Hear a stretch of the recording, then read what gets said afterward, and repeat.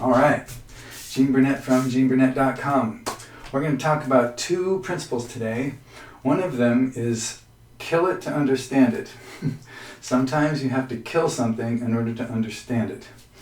And the other one is checkpoints along the way when you have something complicated going on. Doing a little head count of the various parts of what you're doing as you go is better than waiting till the very end to see if everybody caught up. I'll explain. Or as Vic DiBotetto says, follow me. Okay, so kill it to understand it.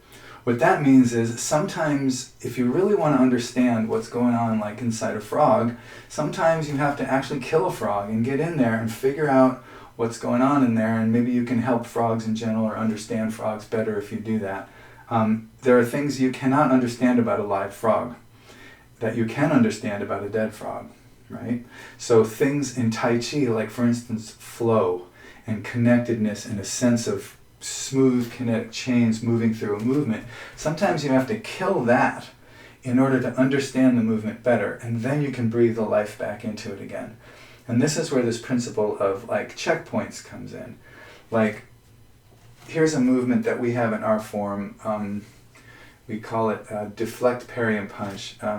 This is a young style variation. I haven't seen this particular variation except for our little style, but it doesn't really matter what the style is. The general principle is what I'm getting at here. I'm going to give you a slightly diagonal version of this, but suppose I'm in a movement like fan through back. You know, there's different versions of that too. Some people's are up here, ours is down here. So many different versions of things. So we have a movement where we go deflect. So I'm just turning away, like there's pressure here and I'm just deflecting it elsewhere. And when I do that, I'm not going to go this way. I'm just going to relax my arm and then turn my body. So I don't want to do this all locally. I want my body to move my arm. So my deflect is here. Now here's a movement called Parry. And with the way we do it, it looks like this. So this hand drops down here, and it sort of goes from, if there's a clock over here, this is 9 o'clock, and it goes past noon, and it goes to 3 o'clock. So it makes a 180 circle this way, turning that way, pulling my elbow back like that, right? So that's controlled by sinking into this leg and then turning my waist this way, right? So like this is the inside track. Like if this was a race track, this is the inside track. The left arm takes the outside track. So it doesn't get to go a whole 180. By the time this movement's done, this one's only gone half of that, 90 degrees, right? So it's taking the longer route because it's taking the outside track.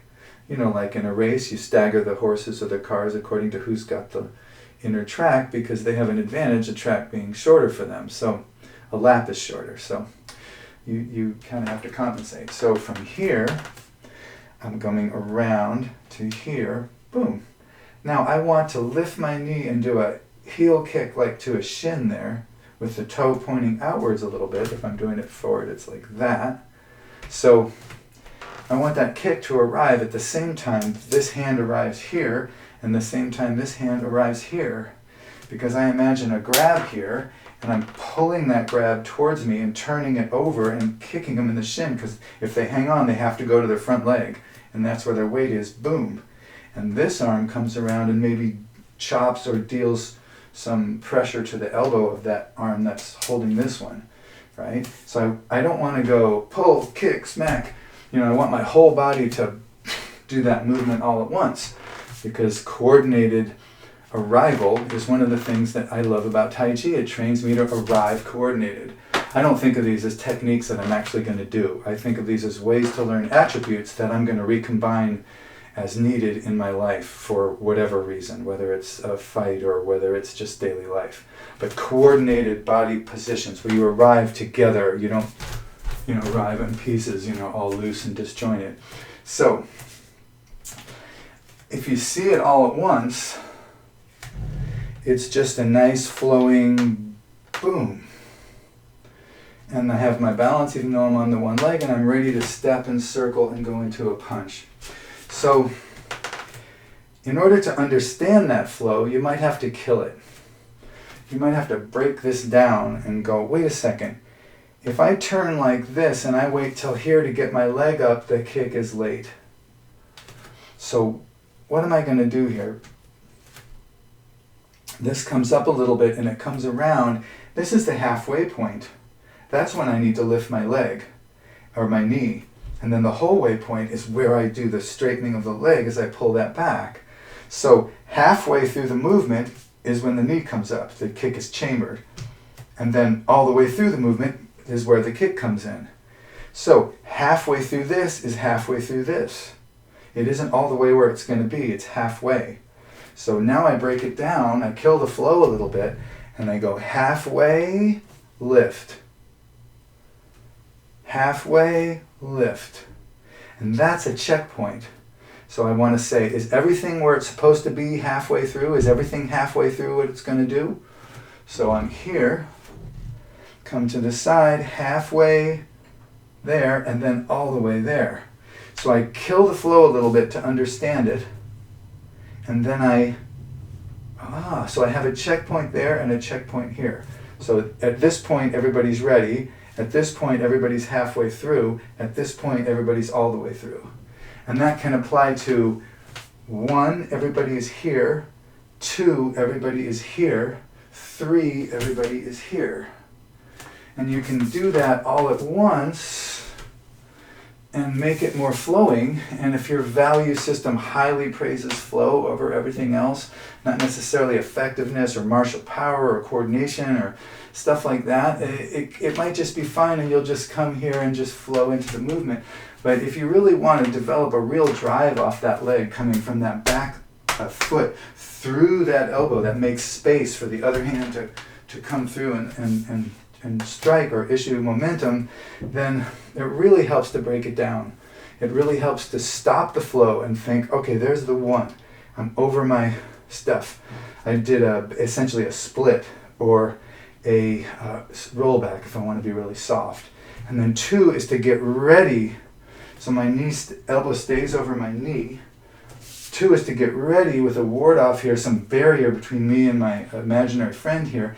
And then 3 is to push through that and allow that to go across my shoulder blades here so that I can push forward and through and do that. See that?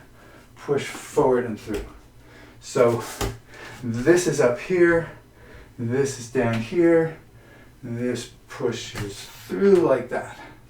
So if you break the flow, kill the flow for a second, and think instead like, do I have balance and connection and upright, good posture here? Do I still have it here?